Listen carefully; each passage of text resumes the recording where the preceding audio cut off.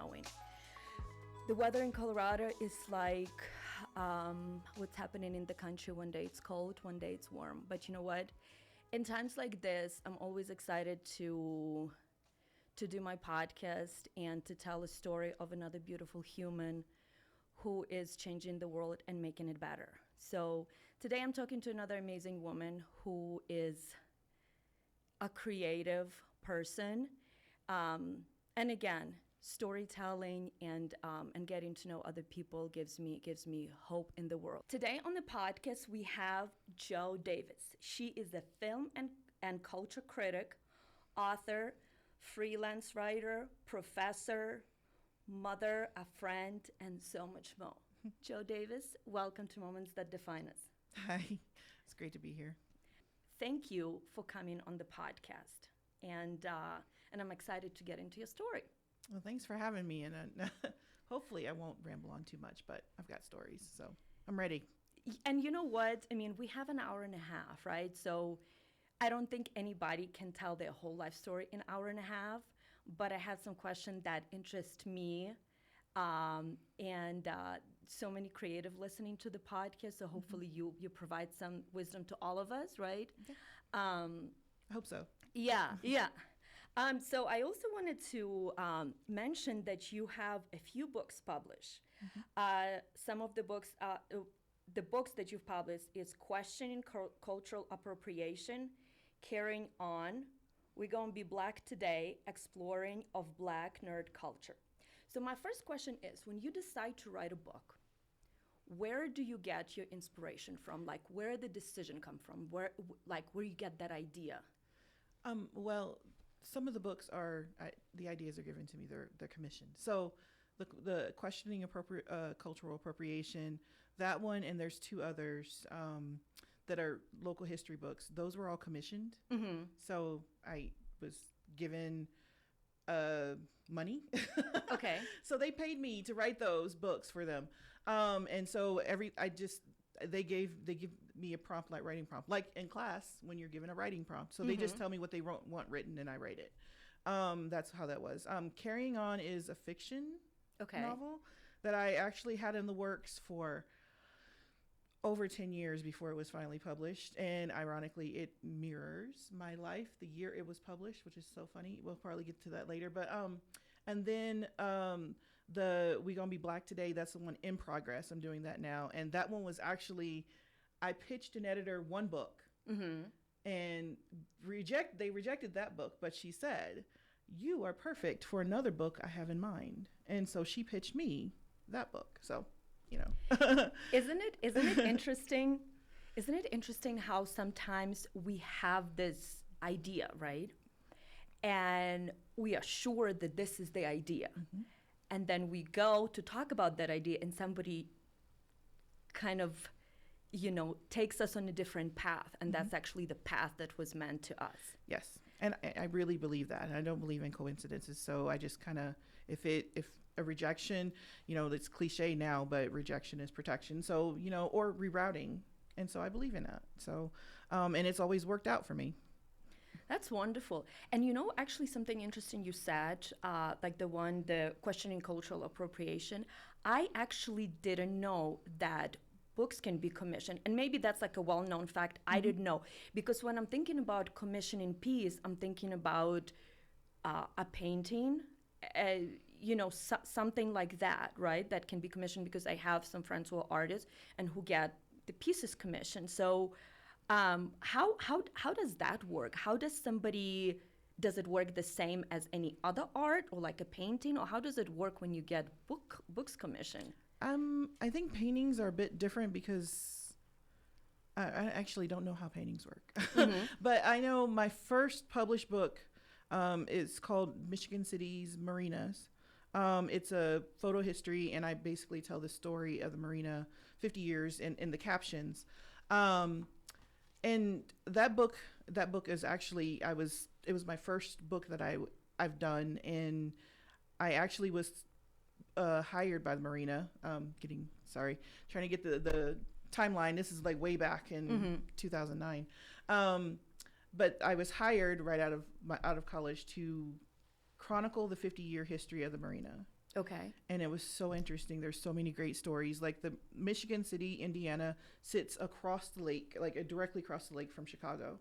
And when the marina first, when the Chicago was first made and Michigan City was there was like Chicago was not the port of favor in Lake Michigan. They wanted to put the federal money into Michigan City, but there were some kind of shady things going on. You know how you've heard the Chicago stories, even back way back, hundreds of years ago, and they ended up putting the money into Chicago. Chicago took stole the I'll put stole in quotes because that was in some of the documents that I saw, the marina away from Michigan City. But that interesting stories like that, and I told them, the marina, you've got the history here. They were just gonna put it back in the closet, and I said, why don't we just put it in a book?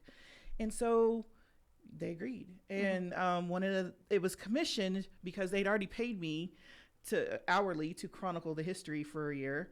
And then putting it into book form, we had an agreement where they would purchase so many books for their slip holders.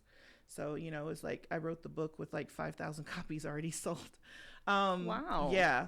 And they ended up selling pretty good after that. But, so that was commissioned. And then the next one was too. And questioning cultural appropriation, basically an editor I worked with before said, hey, this book company is looking for people to write on a series of books for high school kids. Mm-hmm. They have this, I think it was 6 topics. And, would you like to write one of these topics?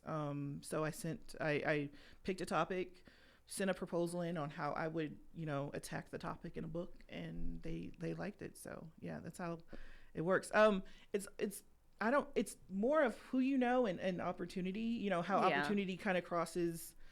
I love the saying how opportunity meets preparation, because that's how I've gotten the commission works that I've gotten, the commission projects that I've gotten. And I know there's other ways that they come to people, but that's been my experience. Okay. Yeah. No, again, that's interesting, because I didn't know that. So that's something I learned today. When you are a creative, whatever that is, let's just stay with writing, right? Do you think that, how people say, stay in one lane, so you are known for X, Y, and Z? Do you believe that you should stay in one lane as a creative, as a writer, or do you think it is important to expand and go to other things? If you would have asked me that question 10 years ago, I would have said stay in a lane, because I was struggling to do that. There's so many people who would tell me throughout my career, you're doing too much, you've got too many things, people are going to be confused, they don't know what to come to you for, and you need to pick one thing to specialize in, to be good at. But that's not how my ADHD works. So I have several projects open at one time. Mm-hmm. And so I have several things being completed at one, on kind of like a sliding timeline. There's always something happening with me, and I couldn't stick to just one thing. Yeah. I fought it, struggled with it for so long, and I think that struggle set me back in my career, because I was basically fighting myself. If you don't have the capacity, this is to anybody out there who's listening, if you don't have the capacity to stick to one lane, don't. I'm all over the place now. And everything that I've done, it all comes together.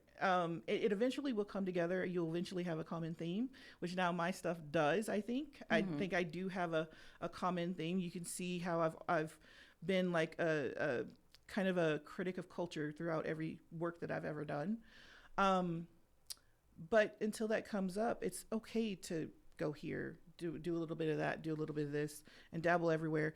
Because I also think that those opportunities I just talked about, the opportunities in the preparation, I wouldn't have gotten those opportunities if I would have stayed in one lane. Right. It's doing something over here, way over here across the field from from writing, where somebody's like, oh, that's interesting. You have that skill.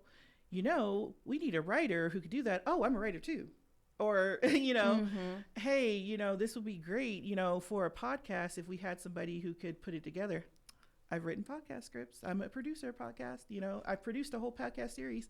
So when you get to my where I am now, and you've got all this experience behind you, it's great on a resume, and it makes you to where you're ready for whatever anybody needs. And I end up getting the coolest jobs. I mean, my current position at the University of Denver as a writing professor, the reason the department chair told me the reason why he wanted to hire me is because I've got such a wide variety of experience across media. Mm-hmm.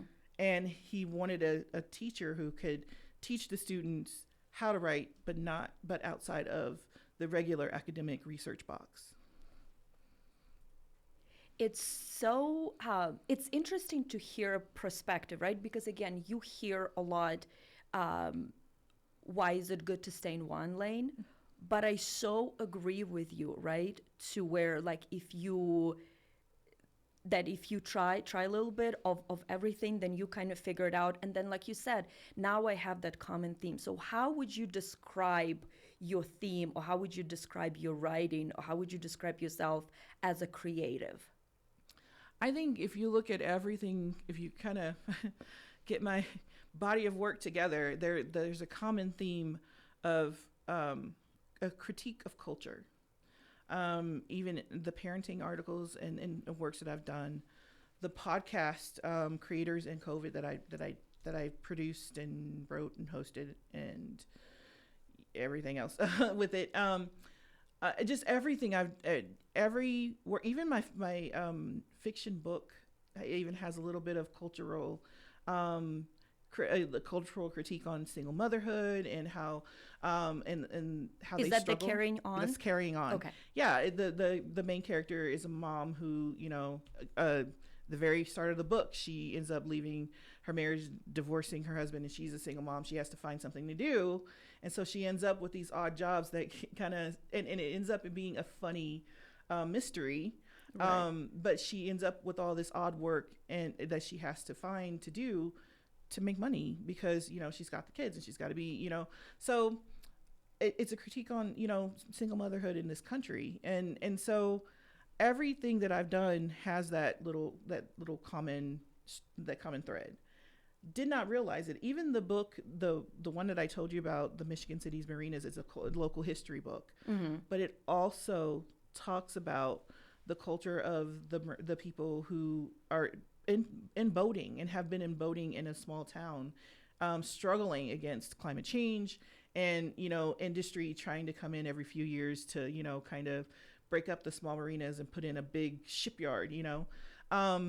Everything I've done has had that sort of spin on Okay. it. And I would say it's unintentional, but that's where my interest is. That's that I've always got this eye for looking at how what's the greater message, what else is happening here, and so it comes out in all of my work, and no matter what I've done, in everything I've done, it's always come out that way. So Yeah. So you see, so you do have that common theme, right? Even though you, like you said, I have a few different projects, but they all have that topic. You know what question comes to mind? Because you said that I've always been like culture critic, right? And in all of my work. So I wanted to ask for your opinion on what's happening now.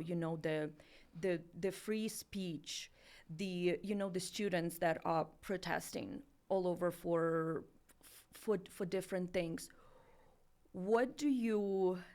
How important is to speak up and to stand for what is right, and why do you think there is such a big push against speaking up, against telling the truth, against all of this that is happening right now?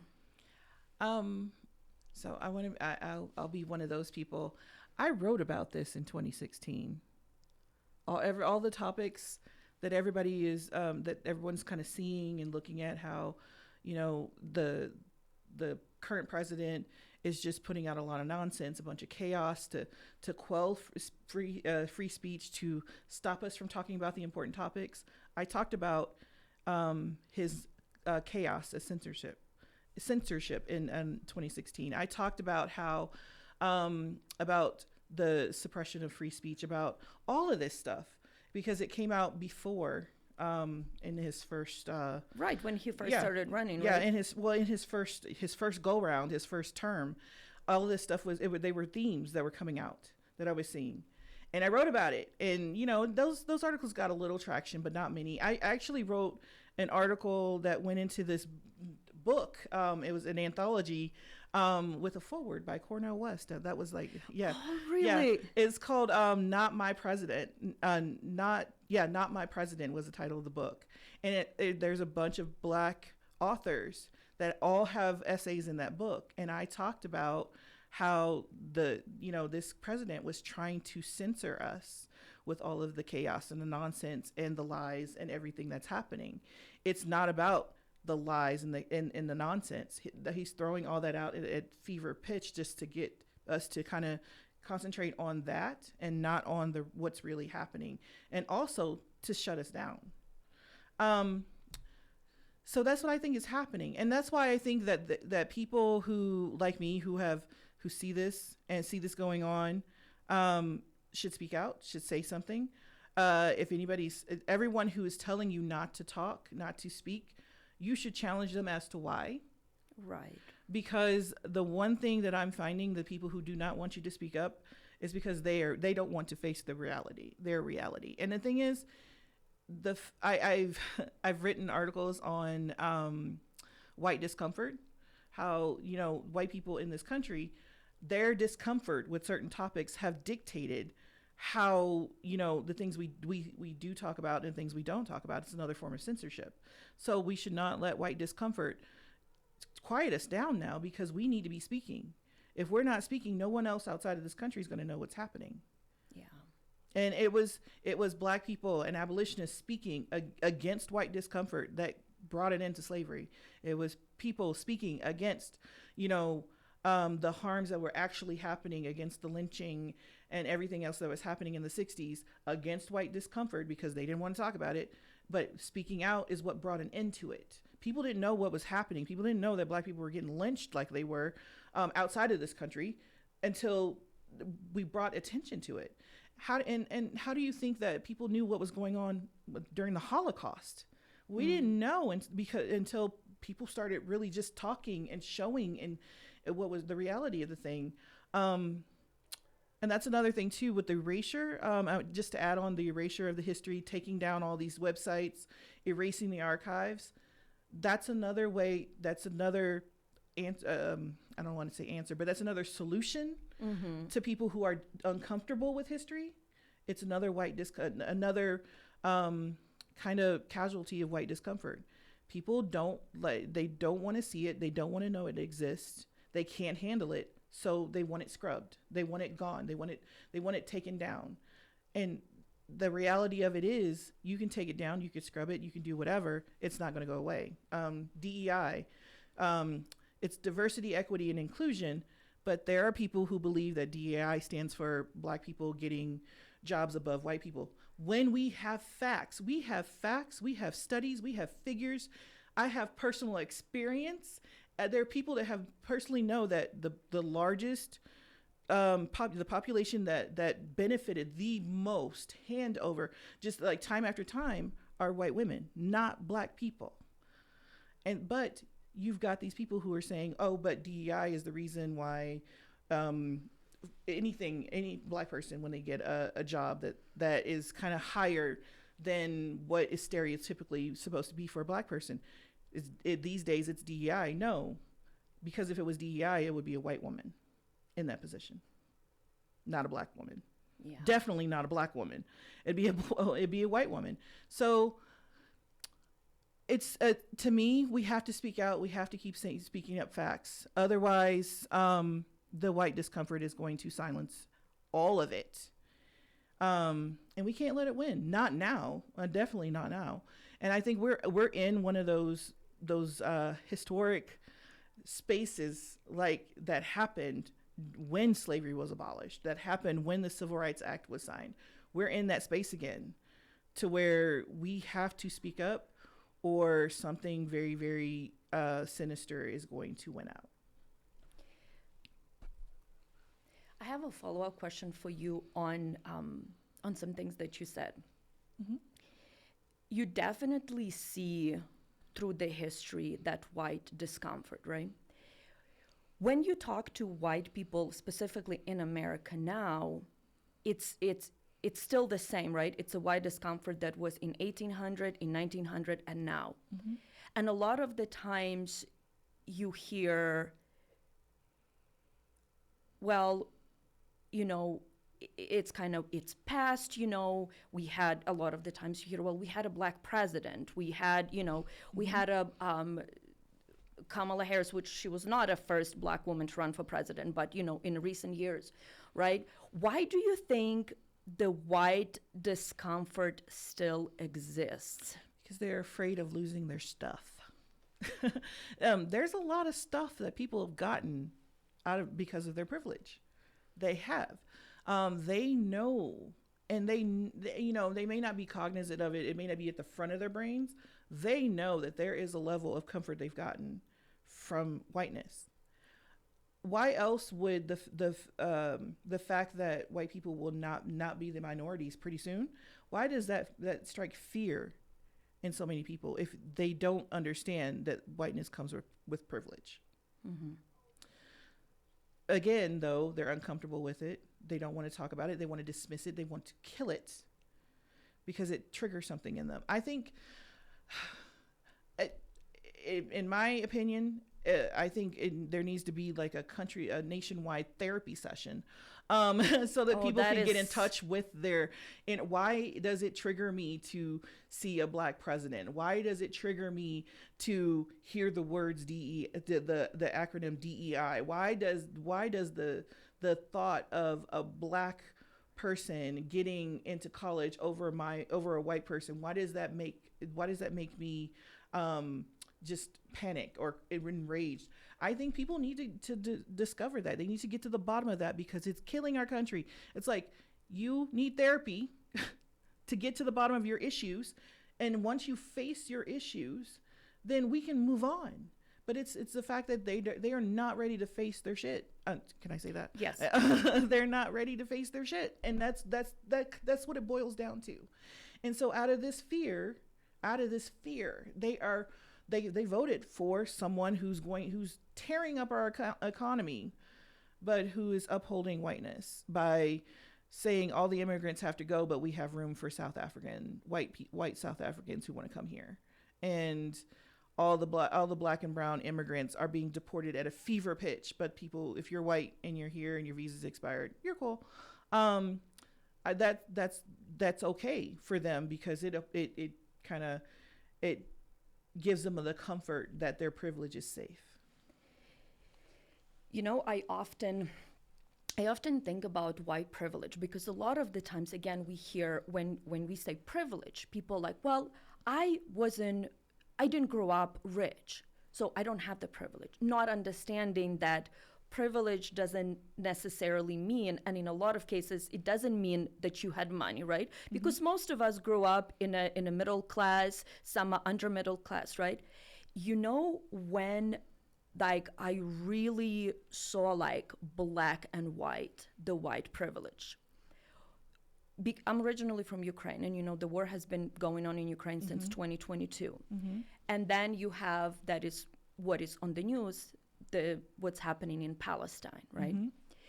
So when the war was, because again, it's tragic. What's happening anywhere, it mm-hmm. is tragic. Mm-hmm. But because Ukraine is a white country, and again, I don't want anybody to take this that I am very proud to be from Ukraine and I love my country. Mm-hmm. But also, again, when we speak up, we need to speak up to the truth and mm-hmm. to the facts. Mm-hmm. The people, and I'm glad, I'm thankful to this country that people are being, welcome here, and to any other Western country, mm-hmm. versus what's happening to any other countries that are not white, mm-hmm. and how those refugees are being treated, mm-hmm. right? So that is the privilege, because again, the war is bad no matter where you're from, mm-hmm. but how those refugees from those countries are being treated, it's a whole, that's where to me I was like, That's like, look at that. But again, Joe, like, you're right. If you can't even speak to that, right? Because I'm sure some people say, oh, how dare she says this, it's her country. I love my country, and it's fucking heartbreaking what's happening there anywhere. But again, we can speak up against the war in Ukraine, then we should speak up the same way about the war in Palestine, about the war anywhere else in the world that is not a white country. Yes, I will use the example, Bill Cosby, is beloved comedian and actor for, people across every the race, world, age, love him. He's also a convicted rapist. Right.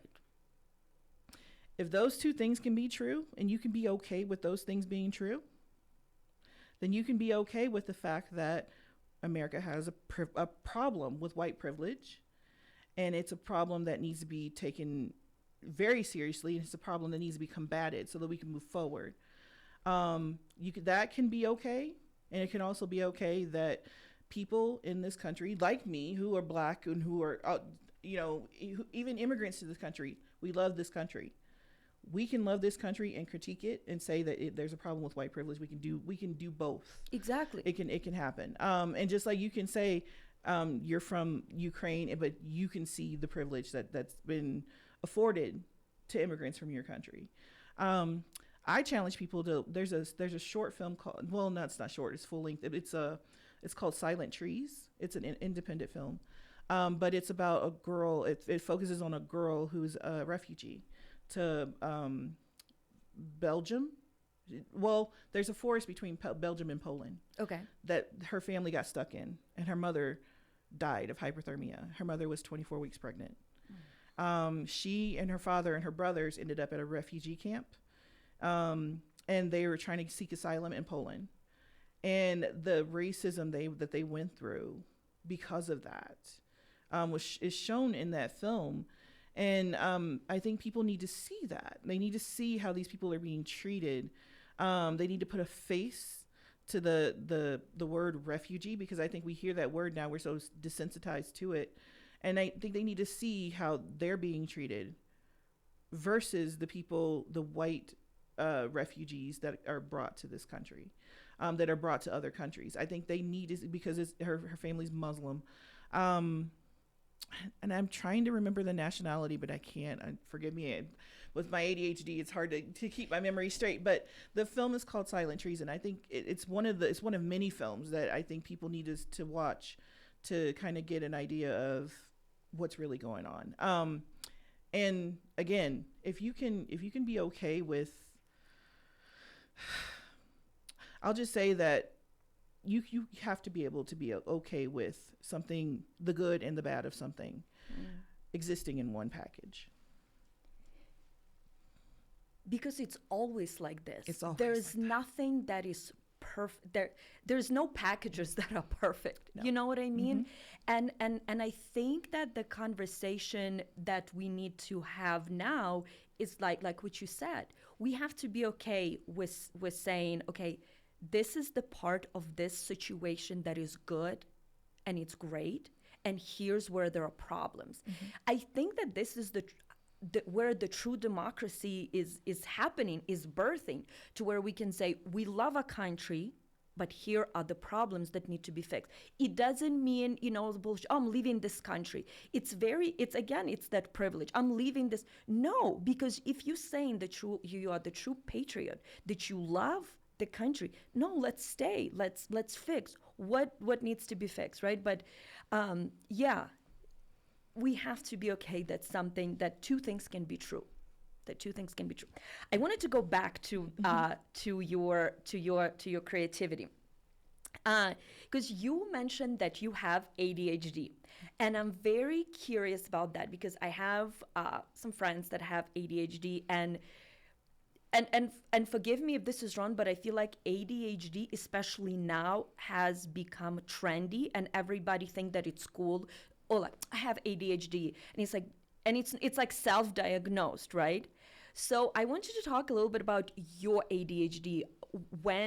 How did you get diagnosed, and also how does it play part in your creativity and in your writing and just in your life in general? Okay. And I've written a lot about it. There's scores of articles I've written about my ADHD. I was diagnosed in my mid 30s. I've got 6 kids, so I was like diagnosed around kid number 4 or 5. But I was my ADHD kind of, yes, it's the trendy, oh, I'm forgetful, oh, I can be a little what they call ditzy sometimes, to where I'm very smart, but sometimes the facts are not there. It's like sometimes when my brain's trying to retrieve a fact, the file cabinet won't open. And that's the way I kind of view it. But it's not always the sexy, trendy part of ADHD. I mean, people talk about it that way, but they don't talk about getting overwhelmed, the emotional, the impact of having all of these emotions. When you're frustrated, rejection hits people with ADHD, neurodivergent people, because I think autistic people also as well have this relationship with rejection. It hits hard. And things like that. It's just, there are other, being overstimulated. There are days when I'm going and I can produce. I can work on several projects in one day and get like 3,000 words done on this project, and maybe sketch out a whole coloring book, or a pages. But then there are days where I have to stop because my brain won't work. And if my brain will not think, if my brain won't do anything, it will be a frustrating day fighting it to write a word, to think of a word, to put anything on a page. So I have to have days where I just do nothing, and just kind of let my brain just kind of be on strike. I fought with my ADHD all my life. I was a very smart child. I was actually the first in my elementary school to be put in the gifted and talented programs in the 80s, that you hear about. Yeah. And I think that I think they kind of did it because they kind of got tired of me interrupting in class, because I kind of knew a lot. My grandma, she needs to go to the other class. And I'm helpful. I want to help people. Right. And I've always been that way. So even as a little kid, I want to be helpful. Hey, you got that wrong. It's actually such and such. And it didn't help that I had a grandmother. My grandmother had a booth at a flea market, the swap meet. And she had books, scores and scores and scores of paperbacks, romance novels, horror novels, and I read them. I was reading Christine by age 9. Like she let me read anything I wanted to read. Okay. Helped me with all the words, but I had to, she taught me to be careful with the books and how to, really go through them. But I was given just the gamut. I had this whole booth full of words, and that's where my hyper focus is. I can get in a book, and I can stay in a book, and I can get lost in a book for days. Not eating, not drinking, reading. It's happened before, as a child. And so, but all of that is absorbed. And imagine a little 8-9-year-old kid with all this information from, I was reading Dostoevsky and also, some of the OG Harlequin novels, the old thin paperback ones that are like really sappy. Yeah. So all that mixed in. I read Shakespeare as a young kid as well. And imagine that kid in your social studies class, and you're trying to teach about, the Constitution. And I'm telling you these side facts that happened over in Russia at the time because of a novel that I read. The teachers probably were intimidated by you. They loved me though. The teachers were really nice. They were really great. They were really nice. But I got put on that bus and shipped out once a week. I think it gave everybody a relief. But that's when I kind of started seeing that my brain was different. The teacher that I had for my gifted and talented classes, she kind of showed me that, hey, you are thinking miles above a lot of people. And so you need to put that brain power to use. And so that's when I first knew that my brain was different, but I didn't know that I knew about ADHD because back in the 80s, little white boys had ADHD. and it was legit. And I know people are going to hear that and they're going to take umbrage with it. Look at the numbers. The kids diagnosed with ADHD in the 80s were overwhelmingly white boys. And so I knew it existed, but it was the kid that I knew who couldn't sit in his seat and was the one eating paste, who actually had me experimenting with it in kindergarten, but that's a side story.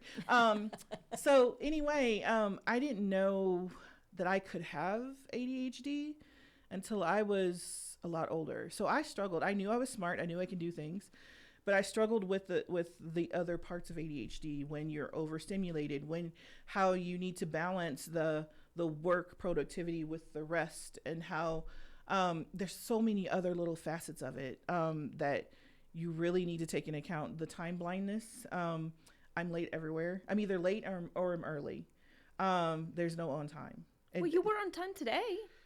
I got here. Exactly. I went to the wrong spot. I went to the wrong building. I was actually early. So there you go. Yeah.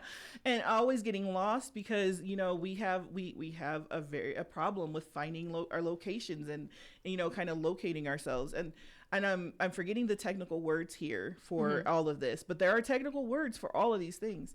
And it's cute. She's going to be late, and it's like a little trendy, but no, it's not. It's hard to deal with. And being called lazy, and I think we're harder on ourselves. And even going through college, I spent 6 years getting my bachelor's degree. I don't tell people that. 2 years I spent trying to get an accounting degree, and that's how I knew that I had a problem with numbers. I have a somewhat of a processing disorder when it comes to numbers, like almost akin to dyslexia. Okay. And I didn't realize that until I went through accounting, and my advisor sat me down after 2 years of doing this. She said that my analyses and my papers are excellent, but balance sheets are supposed to come to balance. They're supposed to come down to zero, and you should know this by now. 2 years in. You cannot have anything left over. And I'm like, oh, I know that, but but when I do the numbers, there's always something left over. She said, no, there's not. So I suggest you go to English. Why don't you look for an English degree? Because my advisor gave me like glowing compliments about my work, my writing, the analysis in my accounting work, but the numbers were never accurate. That's when I knew I had a problem. I can relate to that, to where like numbers are not my thing. Like I love reading, I love writing, like that part of my brain is working, the numbers not so much. But on ADHD, so now you said, so you were diagnosed in your 30s. And so have you learned how to deal with ADHD? Do you kind of know what you need to do, or what do you not need to do? Yeah. That was a relief. Actually, when I was diagnosed with ADHD, I thought I was bipolar. I thought there was something severely wrong with me. Postpartum depression hits neurodivergent people harder, and I was going through that at the time. And my doctor threw his hands up. He was a man, and he said, I don't know what to do. We've tried all these medications. You can try therapy again. And he was frustrated, and that made me mad, because I'm like, you're the doctor. Why are you getting mad at me for being me? And so he sent me to a nurse practitioner who's like, oh, I know what's going on here. And she gave me a test, and we talked for a couple hours. And that's when she told me that I had ADHD. And she's like, and so telling me that, she gave me a bunch of material, and I researched all the symptoms. And when I went to tell people, like my husband at the time, my kids, they were like, oh, and then I said, I got diagnosed with ADHD. Can you believe it? Oh, yeah, that's what's wrong with you. Okay. Yeah. Okay. Yeah, that sounds about right. No, nobody was shocked. I was the only person shocked. Yeah. And then like knowing, so to me, learning the symptoms, learning how my brain worked, that showed me where I could stop fighting. I'm not going to fight my brain. When my brain does not want to work, when I can't get numbers out, when I can't get words out, I'm not going to fight it. I'm going to just stop, we're not going to be looking at a blank page with a cursor flashing. We're not doing that. That means my brain is tired. I need to do something that's going to be relaxing. And what do you, again, because people have ADHD, right? Actually, that are diagnosed. So what do you do to kind of calm yourself down to do? You said, I know when I'm staring at the blank page with the cursor flashing, I need to do something else. So what do you do to kind of relax and get yourself in a right mind, I guess? Well, this is where all those projects come in, because I go work on something that I can hyper focus on. So I have, I work on a short story. There's a script that I wrote. I ended up finishing it. It's a short film script that I would like go to and do like a couple pages on. I would do work on another project, or just stop working altogether and clean.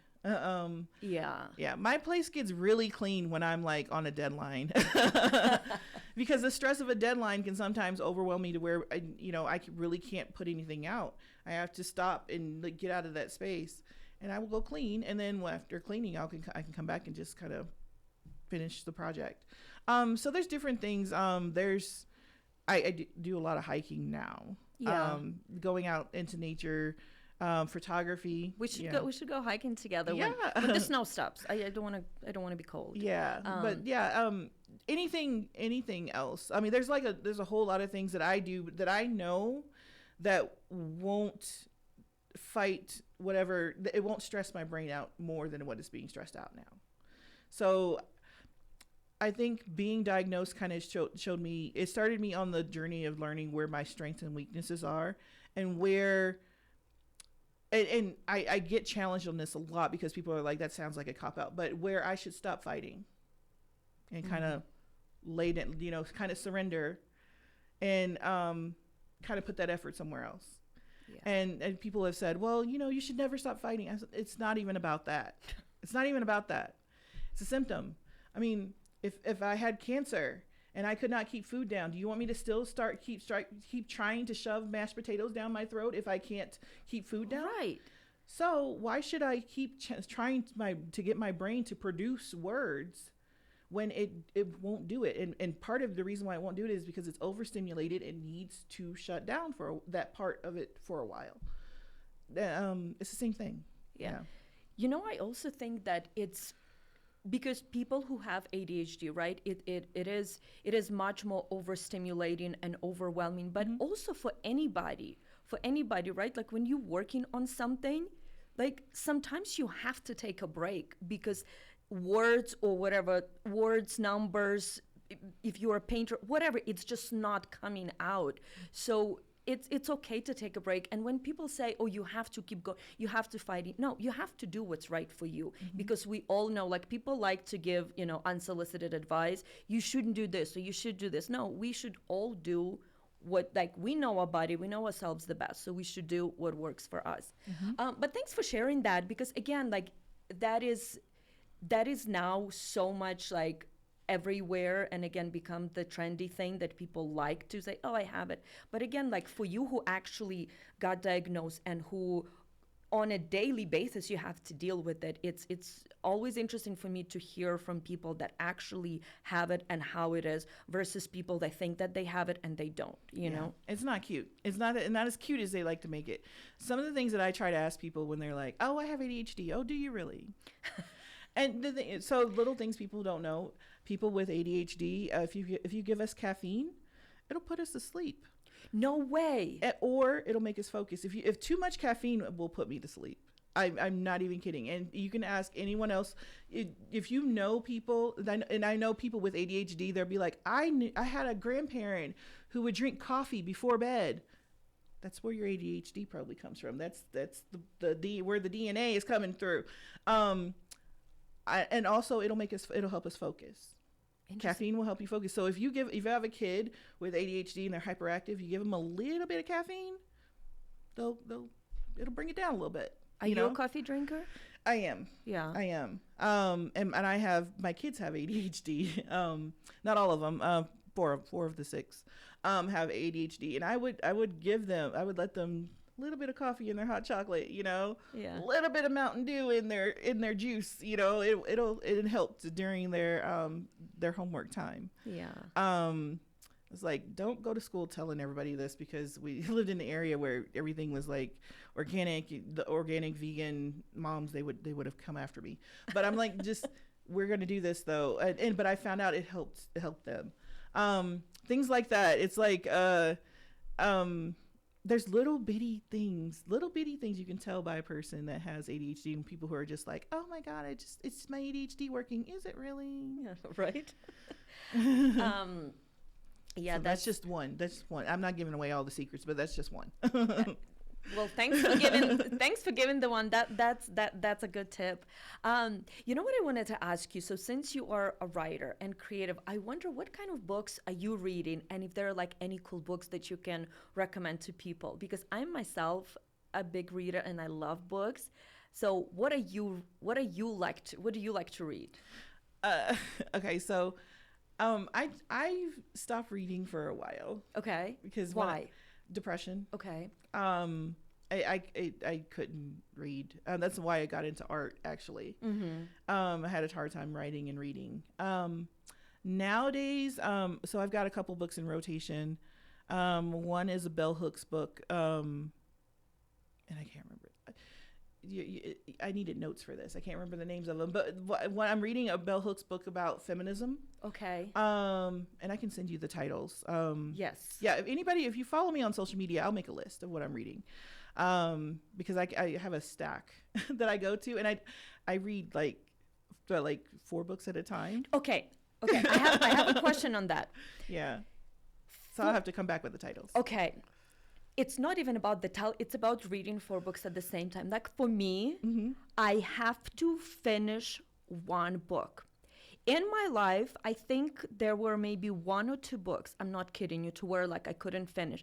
And I still till this day feel guilty. Like to me, I have to finish. And also I cannot read and I've heard, you're not the only one. Like I hear people like, oh, I'm reading this and this. And I'm like, it stresses me out to even hear it. And my question also your ADHD, right? So first of all, when you read 4 books, do you then remember the storyline or whatever of all of them? Yes. Why would I not? I don't know. It's not hard. I'm sorry. It's not hard for me. I don't know. But I think I look at stories differently. Okay. Because stories to me they're almost like people. They have their own distinct personalities. So every book is almost like a person.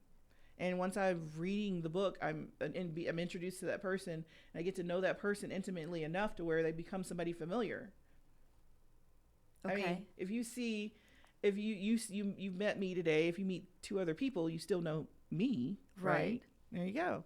And so, but I can't do one all the way through, because when I hit like a spot in the book that's kind of dull, or if maybe I'm not feeling it that day, I don't want to just kind of just power through it, because then I'll fall asleep. So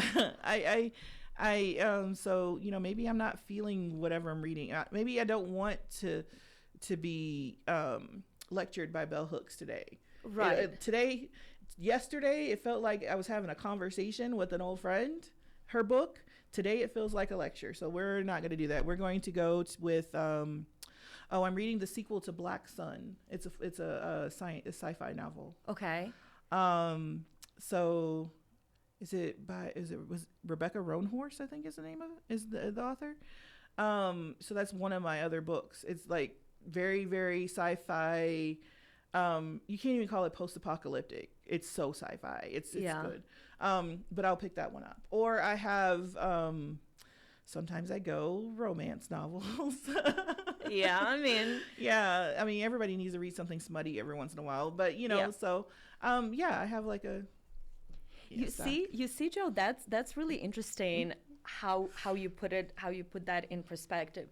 And also, another question on that, do you reading a few books at the same time, do you have to, maybe this is getting like, I'm very like detail oriented to the point where it drives me crazy, but I'm gonna ask anyway.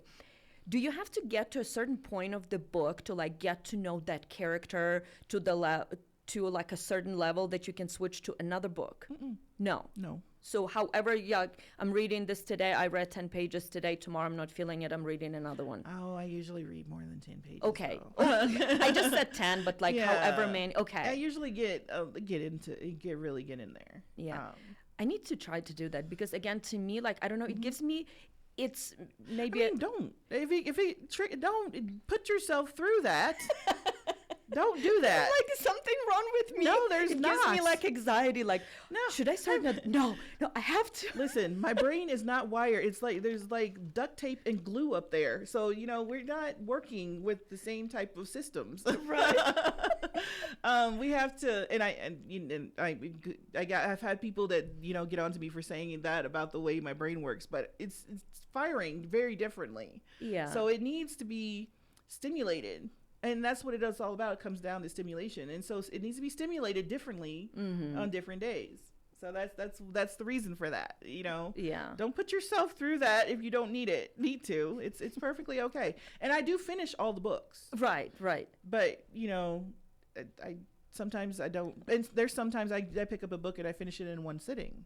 So it just depends. Depends on the book. Yeah. Okay, Joe, so I wanted to switch to your coloring books. So you have look. Ooh, this one is new. I haven't seen this one. Yeah. So I wanted to show. So this is all about love.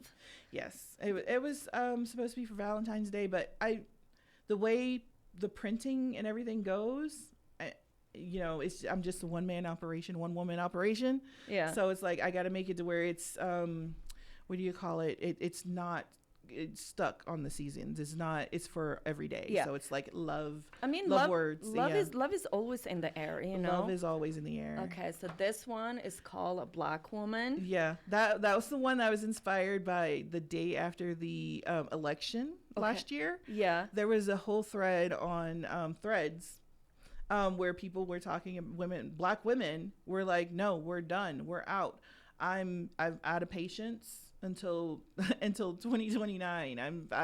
I'm not doing anything more. And so those little sayings, I'm like, this is I need to do something. It inspired this book, and so some of that's in there, Okay. And then this one, I actually have this one, and I have to tell you, Joe, that's my first one. Yeah, that's your first one, and both me and my kids use it. Both me and my kids use it, and they ask me because I started getting into coloring book way before it was again, that's another thing that's trendy, and I found that it helps me calm down, right? It's the very I used to think that I wasn't creative in a sense because I really don't know how to draw. I draw stick figures, like those. And I used to think I was not. But then when I remember I was with my husband, and I think we were dating back then, so it was 12 years ago. We were walking and I see coloring books. We went to one of the art store supplies, right? And I see coloring book for adults. I was like, what? Adults can do that? Sometimes we think something is just for the kids. And when you get to a certain point, don't go there. You are a grown-ass woman now. Don't you dare play and have fun. And I was like, for adults? So I kind of make sure nobody's watching, look. And I was like, oh my gosh, this is amazing, right? And so I picked up a few of them and I still have them, right? But they are, I recommend. I do want to start, and I'm going to put all of these books, I'm going to link them in the show notes so you guys can get it. I Googled, just put coloring book for adults, right? And a ton of pages came out. Again, that's another thing that is trendy. And now, oh, I have ADHD and I have my coloring book kind of thing that goes together. So I remember when you and I talked when we met at the fashion show, you were telling me that you were looking for something specific, right? So I want you to talk about what that specific was and why do you think it wasn't on the market? So you had to go and create it for yourself. So the ADHD brain, once you combine, the whole just being all over the place, and you add in a panic attack, anxiety, high emotions, high stress, it's a lot to deal with. There's a workshop that I'm developing that for one of the schools here, And one of the activities that I proposed for that was to sit someone down in a chair, have the audience singing the chorus to "The Lion Sleeps Tonight." Okay. That annoying chorus you probably got in your head going now. Have the audience singing that loud. I'll be in a microphone in the person's ear saying all kinds of words, and then I'll have someone with a feather tickling spots on them and someone with a pencil poking them. That's how a neurodivergent person feels on a regular basis. And when you add emotions to that, stress to that, anxiety to that, it's a lot. And so coloring is anxiety reduction for just the regular functioning brain, the brain that's like without all the other background stuff. And coloring usually was just a go-to for me. But when I was going through my divorce and there was so much happening and so much of it was injustice, it was just not fair. It was, and fair is just is the simplest way of saying it. It was injustice, what it was. And neurodivergent people, we have a strong intolerance for injustice. It has to be fair for us, or we just can't. It's really hard to kind of process that. It became panic attacks of, and I had to get past that to be able to function. When I first came here to Colorado, I had nowhere to go. I was living in a hotel with my youngest 2 kids. My older 4 kids are adults, and they have their own places. But the youngest 2, it was just us, and we were living in a hotel. And I had no money coming in. I had to do a GoFundMe. I had to get a job. So there's job applications. I had housing applications. And anybody who's ever had to do those things for any kind of government assistance, people act like it's easy to get. Mm-hmm. There's a stack of paperwork you have to do. There are interviews you have to do. There's all kinds of things you have to do, but you have to have a clear mind to do that. Person with all that background noise going on from ADHD, adding in panic, adding in fear, adding in the injustice, and adding in trying to process all that, I had to get myself to a state of calm so that I can fill out those applications. And coloring wasn't working. I needed something to like distract the brain, the part of my brain I've been panicked and stressed for so long. My brain was hyper focusing on the panic, on the stress, on the high emotions, and would not get off it. And so I remember reading, and I remember using counting with one of my older daughters, who when she went to college, she had anxiety. She would call me, she's really stressed out, freaked out. Mommy, this is happening. And I just, and I'm just like, okay, we need to calm down because I don't understand what's going on. And so I got her to do math. I'm like, what's 100 minus 7? Why are you asking me numbers? Just please, could you do it? And she's hyperventilating, crying, just snot and everything. You could hear through the phone. And so she's doing the math. And by the time we got down to the 70s, she was clearer. I can understand what she's saying. We got down to the 60s. She was not crying. She was coherent, and we could get to the bottom of, she's got a test coming up and she's not sure how she's going to study for it and work, and there's something else going on. So we were able to get through that conversation, and I remember that. So I thought, what if I combine numbers with the coloring book, the coloring pages? And I did that. I grabbed one of the kids' sketch pads. I was also out of coloring books because they had colored in all my coloring books, and I didn't have any money for more. So I grabbed their sketch pads and started sketching. I'm not an artist. Yeah. I'm not the artist in my family. I'm the writer. So y'all have to know how doing this, the extreme stress I was under to do this. I was desperate because art is not my thing. I'm a stick figure drawing person. That was me. Yeah. Can't draw a straight line. That's me. There are no straight lines in these books. And so I was desperate. And so I just started getting a sketch pad and started just making doodles. And then I would make them intricate and then number them. And then I would go back and color them. And it really calmed me down.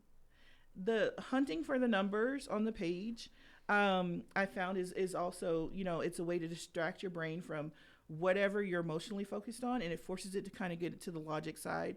Also, whenever you force your eyes to go across your nose, back and forth, that's also an anxiety reduction little tool. Mm-hmm. Yeah, that I didn't realize.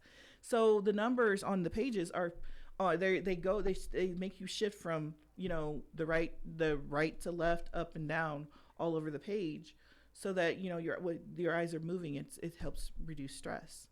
And just it just worked every single time. Mm-hmm.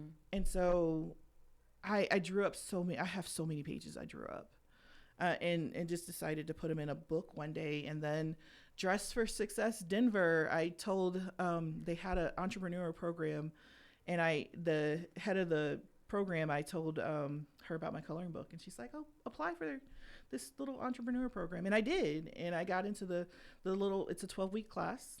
And at the end, Dress for Success Denver gave me my first seed money of $100. I got a bunch of art supplies and made some more books, but they were the first people to kind of encourage me to make it into a coloring book, and to see it as something that a lot of other people can use. And I didn't think it was something that would matter outside of me until I got with them. And I hooked up with Dress for Success Denver because I needed clothes for a job when I was living in the hotel.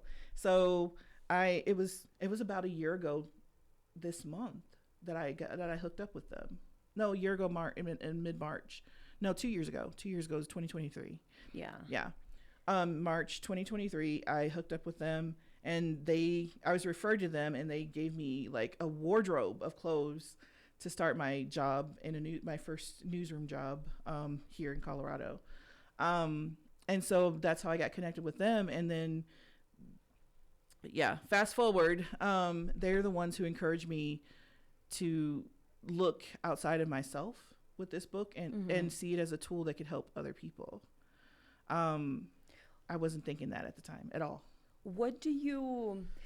First of all, I just wanted to say how important those organizations, right, to where you can go, and they can provide not only clothes, but it seems to me that they provide you the encouragement that you need and that belief that you were looking for. Yes, and the course. It's 12. It's a 12-week course to teach you how to run a business, how to start a business, and how to run a business. Those are $1,000 courses when you look at the prices of them anywhere else. Yeah, this was free. It's amazing. The clothes were free, you know. So yeah, it's amazing. So your coloring books, again, and talking about like that, there's just so much out there, right? Mm-hmm. What do you think? Like differentiate, or what is different about your coloring book versus what is out there? So everybody's familiar with the color by number. Yes, the color by number. They have coloring books with the color by number. They tell you what to color the numbers, and those numbers are not put on the page to make your eyes work to find them, and work in a way that will make you look from, you know, right to left to right, so, you know, in a way that would help reduce the anxiety. That's what my books are. That's what my books do. And my books also come with journaling pages, so that and I encourage people who color my books to think about some of the prompts. Like the one you have, it has prompts. The one for Black women, it just has pages, so that while you're coloring, whatever comes to mind, you can just write on the journal pages. The Panic Pages with Love have journal pages at the end. There's a book for spring that I'm working on that has the same type of thing, so that they can, you know, you can jot down any ideas, any words, or you can use it as like a diary of sorts. I mean, anytime you're going through something of high emotion, it may be something that you want to journal about. It may be a big enough of an event in your life that you want to record. So there's that. But yeah, the numbers are intentionally put on the page, and I don't tell you how to color it. The design part, the color scheme, that's also a way to distract your brain, to force your brain to focus on the page and not your emotion, because you have to keep the designs right. And in one of the in my books, you'll see, well, you've seen some of my designs. They're kind of hard to tell what's going on the page. Yes. So you have to like, you have to figure out what the color scheme is going to be yourself. And some of the pages, it's kind of difficult. It's like number one may be here in the middle of this flower looking thing, but number two may be over here. Yeah. And this thing that looks like a moon or something. And and they may be connected. So if they're connected, then, when you get to 16, that's like in the middle, does that color go here or there? So it's, it forces you to hyper focus on the page. Yeah. And once you're doing that, whatever caused whatever is high emotion to you, it goes away. And let me tell you, it works. I actually used it recently. Oh, did you? Yes. I had one of these, and it was just a panic attack, just out of nowhere. I don't know what triggered it. It was just something that I guess I was just really stressed out. Mm-hmm. And I'm like, breathing wouldn't work. I stepped outside. I'm like, what is going on? And so I picked up one of my sketches and I just started coloring it. And by the time I was like halfway done, it was cool. You're one of those people that create a product and uses your own product, right? Yeah. That's awesome. So what are you besides the coloring book? What else is what other project is Jonita Davis working on? Yeah. Oh, okay. That's a lot. So I'm working on the book that we talked about. We're going to be Black Today, the exploration of Black nerd culture. I'm working on those books. I'm working on journaling workshops to teach people how to get started journaling, like the different techniques. I believe that writing can be used to help people get in touch with themselves, especially in this age. And so there's a series of journaling workshops happening at Point Creative Supply shop here in Denver. It's about encouraging people to unplug from the nonsense, the chaos we talked about. Yeah. Unplug from it. Get a pen, get a journal book, a nice pen, a nice book, and just sit and write. And in those workshops, I'm going through different ways that you could get in touch with yourself through writing. And that'll hopefully get people journaling more. And I think I'm going to be doing more of those. I'm actually thinking of some online workshops to do, just to kind of encourage people to just unplug from the madness. And I think if more of us do that, then maybe more of us can get in touch with the side of therapy we talked about earlier. Yeah. Maybe they can start doing that for themselves. I don't know. But teaching people how to write. And then I'm also, teaching over at the University of Denver, every quarter. So that's been a fun thing for me. And other than that, just like I've got stories and other little things like that happening. So yeah. And those, I have to tell you how grateful I am for people like you who still talk about the real pen and the real paper and the importance of writing.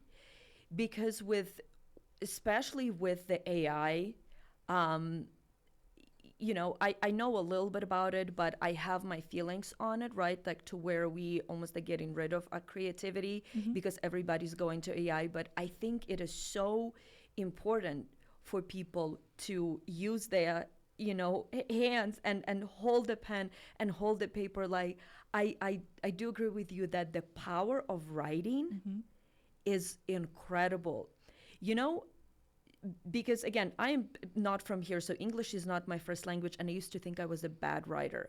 And I remember listening to President Barack Obama when he wrote one of his books, and he was doing one of many interviews, and one of the interviewer asked him, like, what's your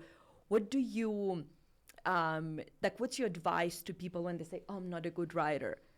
Well, write. Just write, today. And it's exactly what you said. Today you might write 3 words because it's just not coming out. Leave it. Come back and then write. Just write every day, however much it comes. So I think it's so important. So I wanted to ask you, do you have any workshops that are coming up soon? Yes. The one at Point Creative is on the 12th of April. Oh, And like it's a next three-part. week. Yeah, it's a three-part. It's a three-parter too. So if people miss the one that's coming up on the 12th, there are two more coming up. So it's a three-part series on journaling. The first one is a stream of consciousness. Let me think. A stream of consciousness journaling, and then we also explore gratitude journaling, and it's just all just to get people, I don't know, give them fodder for writing. So, maybe I don't journal because I don't know what to write. Come to the workshop. I'll teach you. Yeah. And because it's with Point Creative, Point Supplies, they have like all kinds of neat stationery stuff. I get my stuff from there. They have stone paper.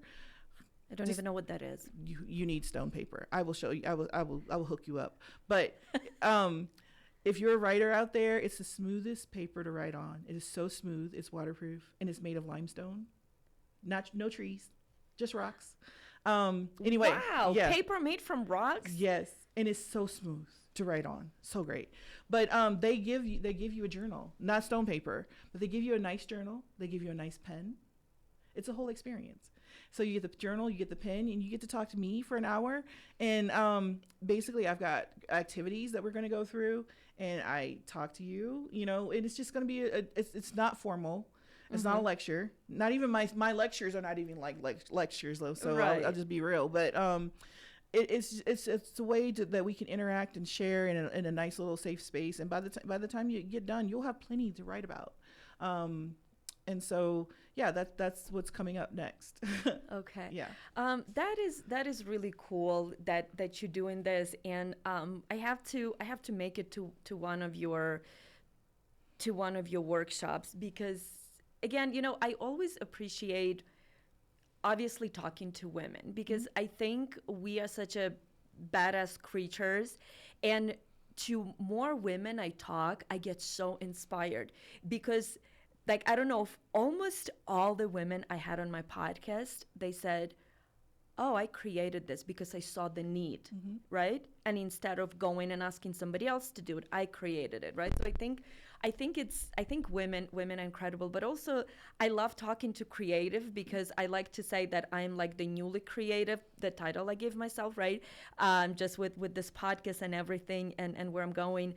And I really appreciate you coming today, because it was I had like so many questions, but I think today was the good portion that we talk about the creativity, ADHD. We've touched on what's happening in the country, and to that point, Joe, what you are doing with creating coloring books, creating these workshops, I think it's so important for us to unplug sometimes, right? Because it's, especially now, it's so much coming at us, but like a lava, right? Not just like, oh, it's slowly starting to snow. It's like lava every day, every day. And I know if you feel like that, but like if I'm too much on social media or reading too much, I tense up. So it's so important for us to get into a creative roots. And to anybody who's listening, please don't ever say, because I am a recovering, I don't know what you say, like, oh, I'm not creative, I don't do. No, we are all creative. And creative doesn't mean I draw. It means whatever. And also, like, if you think like me that you're not a writer, come to Joe's workshop and she'll teach you. But thank you. I enjoyed today's conversation more than you know. Thank you. It was painless. Not as painful as I thought it would be. Yeah. No. Again, whatever, like, we are together, we have to promote like all of those workshop and stuff that you're doing, because what you're doing is important and necessary. It is.